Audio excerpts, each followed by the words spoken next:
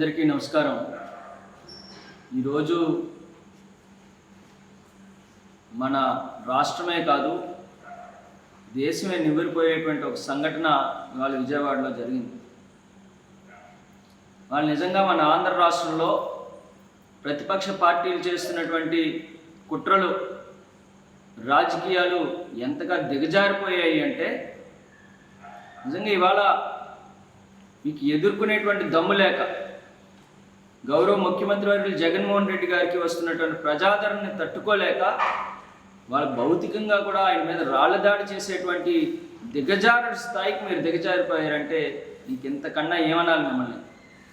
వాళ్ళు ఎప్పుడు కూడా మీరు ఇటువంటివి ఎన్ని దాడులు చేసేటువంటి ప్రయత్నాలు చేసినప్పటికీ కూడా వాళ్ళ ప్రజలందరూ కూడా జగన్మోహన్ రెడ్డి గారిని ఆశీర్వదిస్తున్నారు. ప్రజలందరూ తాలూకా ఆశీస్సులతో మళ్ళీ అత్యధిక మెజార్టీతో ఇవాళ జగన్మోహన్ రెడ్డి గారు ముఖ్యమంత్రి అవబోతున్నారు అనేటువంటిది మీ అందరికి కూడా తెలియజేసుకుంటారు.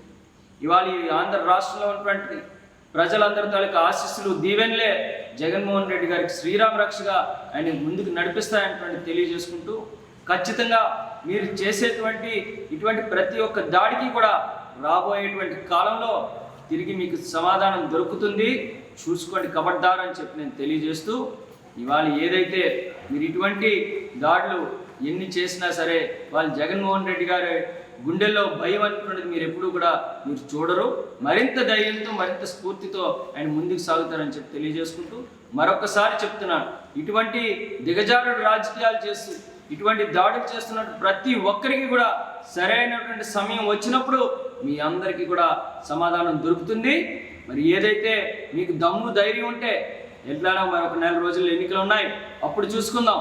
అంతేగాని ఈ రకంగా ఇటువంటి దాడులు చేస్తే మాత్రం ఉపేక్షించేది లేదు అనేటువంటి తెలియజేస్తుంది.